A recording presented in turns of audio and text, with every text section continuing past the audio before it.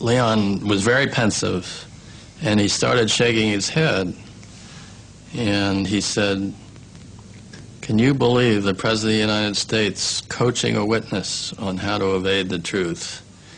Every lawyer, when he talks to a witness who's going before a grand jury, says, be sure that you don't volunteer anything. Be sure if you have any question about anything, say that you don't recollect. Jaworski, an experienced criminal prosecutor, had a different understanding of the law. He asked for an urgent appointment at the White House.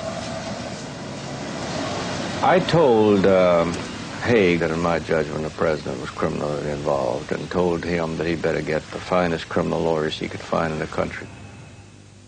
The honeymoon between the new special prosecutor and the White House was over. One very wintry day, Leon and I went over there, and we had to go to a certain gate outside the White House and wait to be admitted. And we told the guard who we were and that Mr. General Haig was expecting us. The guard called up and came back to us and said, "It will be just a few moments." So just a few moments turned into maybe 15 or 20 minutes, and Leon and I were about to turn into icebergs. Suddenly, Leon started shaking his head, and he said, "Mr. Haig will never forget keeping me out in the snow." And I thought then, General, you've made a very bad mistake. It was the wrong time for the White House to be playing games. Jaworski's team was ready to proceed with a massive indictment against the key Watergate conspirators, but they couldn't agree what to do about the final name on the list. Once we heard the tapes, there was no question that the president was indeed a part of this conspiracy, that he had knowingly participated in covering up and concealing evidence from the prosecutors. And as prosecutors, we felt that criminals should be indicted, even the president. I see definitely a difference in the dealing with the President of the United States and the dealing with the ordinary individual. Although convinced that Nixon was guilty, Jaworski believed it wasn't his job, but Congress's, to bring charges against a sitting president. But his young staff were loath to surrender their case against Nixon to mere politicians. They had a powerful ally in the Watergate grand jury, 23 Washington citizens who'd been hearing evidence in the case since it began.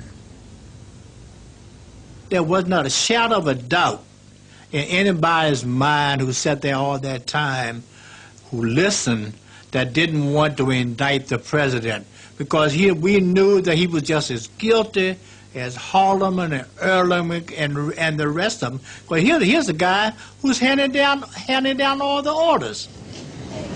The eagerness of the grand jurors gave the young prosecutors an opportunity. I don't know, had mixed emotions, really. They asked how many jurors wanted to include Nixon in the indictment. Some of the grand jurors voted with two hands. Some voted with only one, but there was no dissent. Well, everybody raised two hands. Mr. Benveniste broke out in a beer. He was smoking a cigar. So he spoke out in a great big grin and a laugh, and all the grand jurymen, they just turned each other and laughed, and was really a room of mirth. Jaworski wasn't amused. He had his back to the wall, and his staff knew it. We had basically said to him, if you won't indict the president, if you won't permit us to request the grand jury to indict the president, the grand jury is going to insist on it anyway, and we don't have the arguments about why he shouldn't be indicted, and you're going to have to come and appear in person. Jaworski couldn't charge the other Watergate conspirators unless he carried the grand jury with him. The decision about Nixon could no longer be avoided. When Mr. Jaworski came in that next day and told us that we couldn't indict a sitting president, the first question was, why not?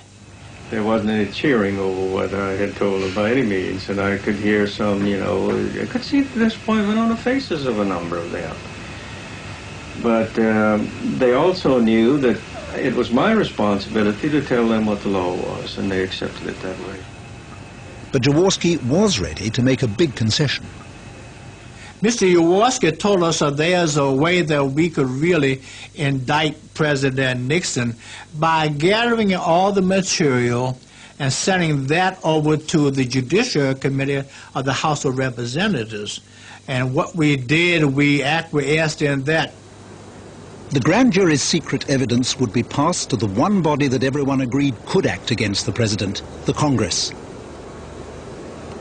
4 days later, the grand jury's long-awaited indictments led the news.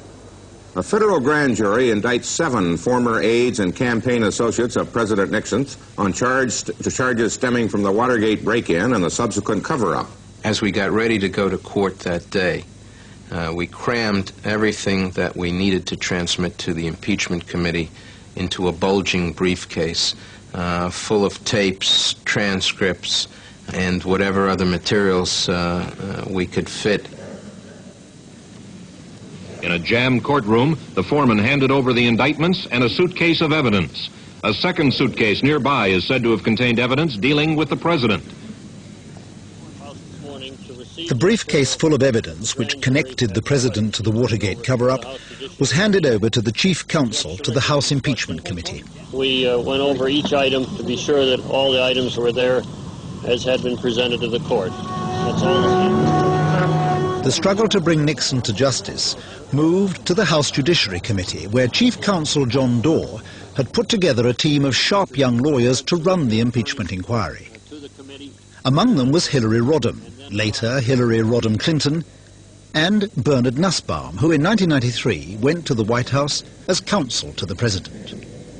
Dorr at one point said to me, he said, "You have to remember," and I never forgot this, he says, you just think of this as a huge jury trial. And the jury is all the people of the United States. They're all watching this. And we have to be fair, and we have to be perceived to be fair. So we sort of have to control ourselves. We needed Republicans as well. The American people would not have accepted a vote that would have been purely a partisan vote, voting to impeach the President of the United States purely on partisan grounds.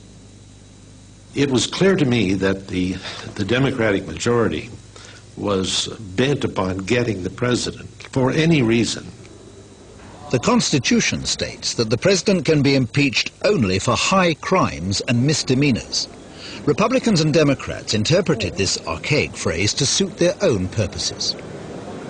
If he betrays the government, if he does something that destroys the government, undercuts the government, undermines the administration of justice, even though technically that is not a felony, that is still an impeachable offense. We were going to have to show, it was our burden to show, that he committed a crime, not that he slept with the Queen, for example.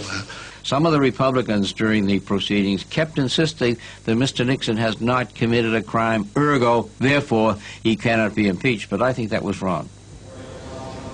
In closed session, the committee began hearing witnesses. For the Democrats, John Dean's performance was crucial. He had given the most detailed account of Nixon's crimes.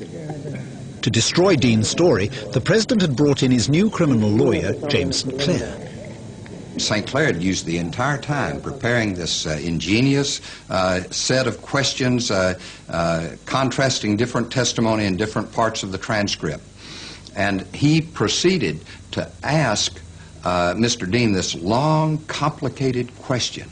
In the middle of his question, he was interrupted by the chairman, who said, wait a minute, the reporter's not here, we have to do that all over. Rodino said to St. Clair, "Mr. St. Clair, would you please repeat your question?" And he said, "I'm not sure I can, Mr. Chairman."